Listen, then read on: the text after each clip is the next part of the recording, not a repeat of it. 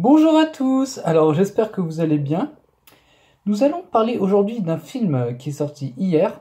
Alors les vidéos du coup sur Star Wars 7 et 8 viendront, elles sont assez courtes. Sur le 7 je me suis juste amusé à balancer tous les trucs qui allaient pas et sur le 8 au contraire il est génial donc rapidement je juste dit que j'adorais, j'ai dit quelques petits trucs donc ce sera pas très long. Par contre du coup ici je vais pouvoir dire pas mal, vraiment beaucoup de choses sur ce film. Car c'est un excellent film qui est sorti hier, A Ghost Story. Alors on en parlait depuis longtemps parce qu'il a tourné dans quelques festivals et il a gagné le prix à Deauville.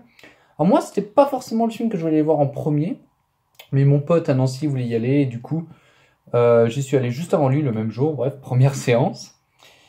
Et on va parler de donc cet excellent film, mais qui n'est pas accessible à tout le monde, pas parce que c'est violent ou qu'il y aurait du sexe et tout, non, pas du tout, hein. C'est vraiment... vous allez comprendre pourquoi. Donc, A Ghost Story sur l'affiche, c'était estampillé meilleur film de l'année. Donc, bien sûr, je me posais la question, est-ce que c'est vrai? On verra ce qui sortira encore après.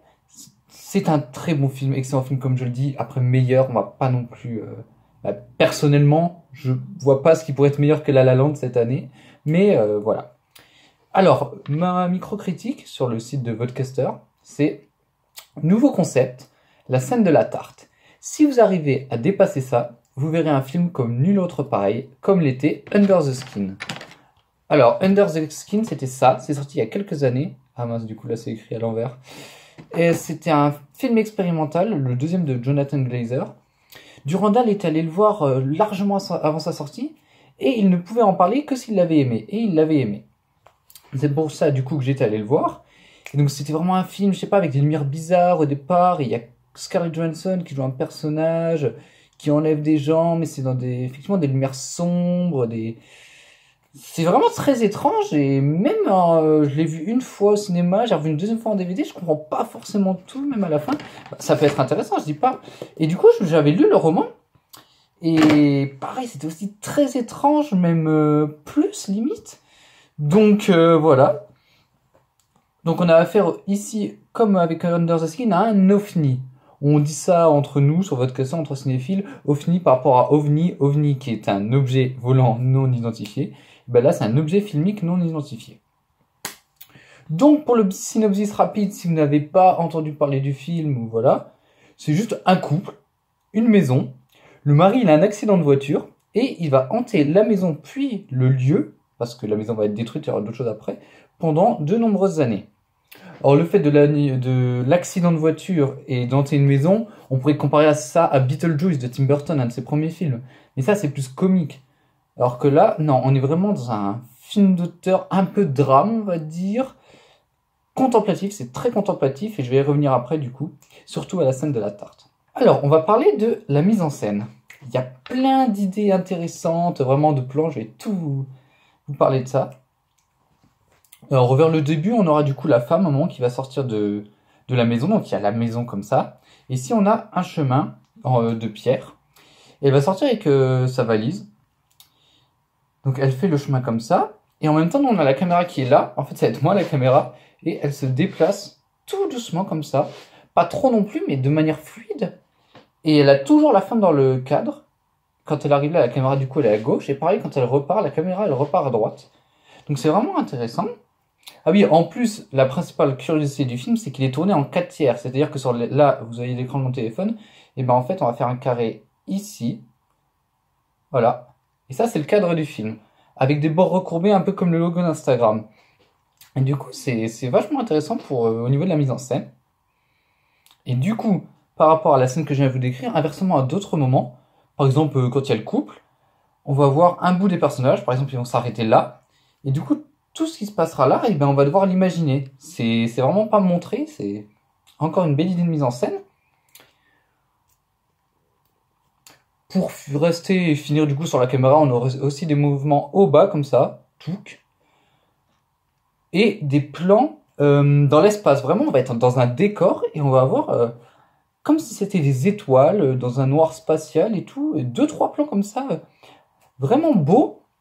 Et du coup, ça a sa place dans le film parce que si je comparais ça à du Terrence Malick, parce qu'on reparlait avec mon pote de The Tree of Life, film que je déteste. Je vais arrêter de parler de ce film, mais là j'en suis obligé parce que il y a plein de plans comme ça, de symboles dans le film. Alors que là, on en a que 2-3 et ça suffit largement, pas besoin d'en mettre plus. Donc, nous allons revenir sur la scène de la tarte. Ah oui, j'ai oublié de préciser, du coup, ce serait mieux quand même que vous ayez vu le film avant de voir ma vidéo, parce que du coup, moi j'ai décrit un peu tous les éléments intéressants du film, sans révéler l'histoire, bien sûr, hein, parce que c'est pas mon but de spoiler. Donc, excusez-moi, j'ai un peu mal au dos. Non, voilà. Essayez de redresser un peu ça, voilà, ça sera peut-être un peu mieux. Donc, la scène de la tarte. Alors, le mari vient de passer à l'au-delà, donc il revient sous forme de fantôme. Mais du coup, le fantôme, dans le film, il est vraiment caractérisé comme les enfants verraient la représentation du fantôme, c'est-à-dire un drap blanc avec des trous pour les yeux.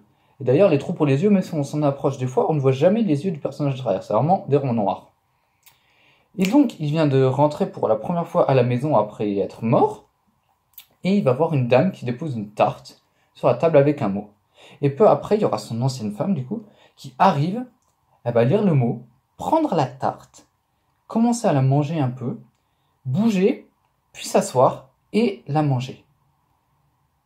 Pendant très longtemps. Bon, pas toute la tarte quand même, mais c'est vraiment très long. C'est hyper lent à ce moment-là. Et c'est pour ça qu'à ce moment-là, une personne de ma salle, on était une quinzaine, hein, c'était première séance, est sortie. Et c'est compréhensible. Parce que ça se trouve, c'était un spectateur lambda qui s'attendait soit à voir un film d'horreur, parce que Ghost, fantôme, voilà, on pense à ça. Et soit, je sais pas pourquoi elle était là, bref. Et du coup, par rapport à ma critique, en fait, c'est que si vous arrivez à supporter cette scène de la tarte qui est hyper lente et longue, vous verrez donc un film unique en son genre, hyper original, maîtrisé, techniquement rien à dire, les acteurs, vraiment tout. Le film est très bon et très intéressant surtout. Et je pense qu'un deuxième visionnage serait aussi intéressant. En fait, je sais pas combien de temps elle dure, on va vous dire... Peut-être 4 minutes. Allez, on va dire 4 minutes de quelqu'un qui mange une tarte. Voilà, comme pour un peu pour vous imaginer le truc. Et du coup, ce concept de scène de la tarte, je le reprendrai si je vois des films avec des scènes longues comme ça. Ça peut être intéressant.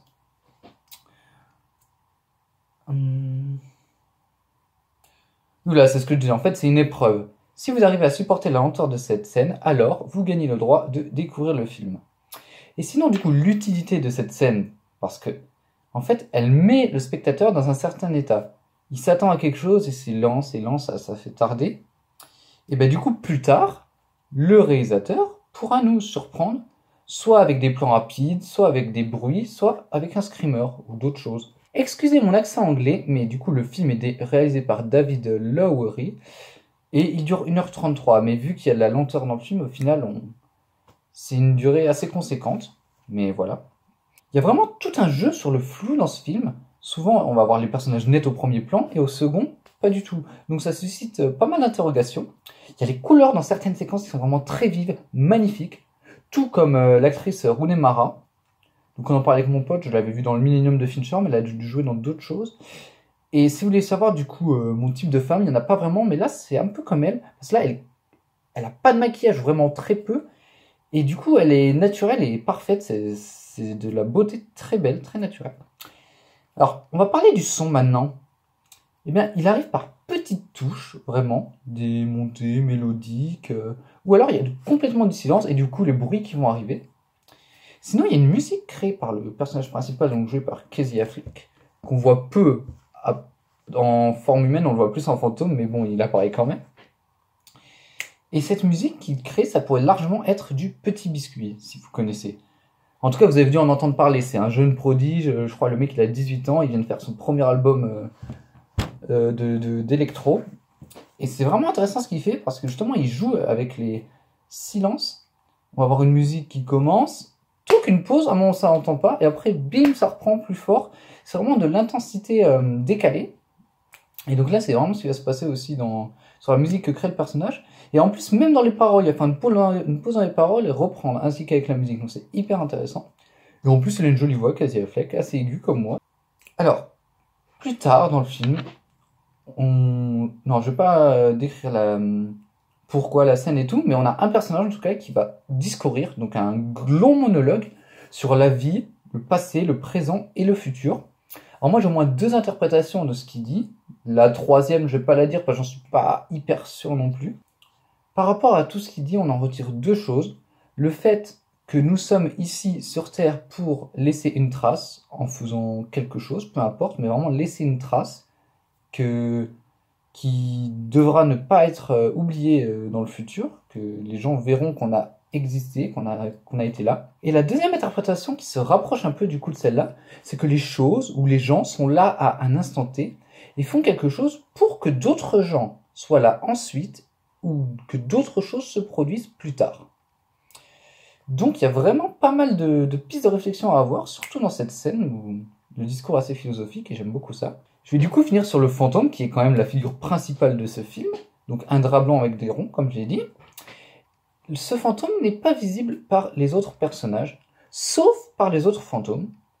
S'il touche quelqu'un, la personne ne le sentira pas, et il ne passe pas à travers les murs comme on le dit souvent dans les récits populaires. Pour effrayer les gens, d'ordinaire, un fantôme il fait bouger je sais pas, les murs, les meubles, il casse des trucs. Et ben là, du coup, on va voir cette scène, effectivement. Donc, de l'extérieur, on va voir le fantôme faire tout. Et on va le voir du point de vue de la famille qui a à ce temps-là dans la maison. Et on ne verra que les objets bouger. Donc, en mode effet spéciaux, on a retiré les trucs. Du coup, c'est un peu un sorte de making-of de voir le fantôme faire bouger les trucs. Et c'est hyper intéressant, je trouve. Donc, j'ai essayé de parler de pas mal d'éléments. Il y en a sûrement encore d'autres. Mais waouh, niveau du son, le travail est dingue, sur le cadre, la réal, la lumière, les acteurs. C'est un film d'auteur expérimental, difficile d'accès. Je le répète, mais c'est très lent, surtout certaines scènes. Donc n'y allez que si vous pensez pouvoir supporter ça. Mais si c'est le cas, vous passerez un moment unique. Allez, salut!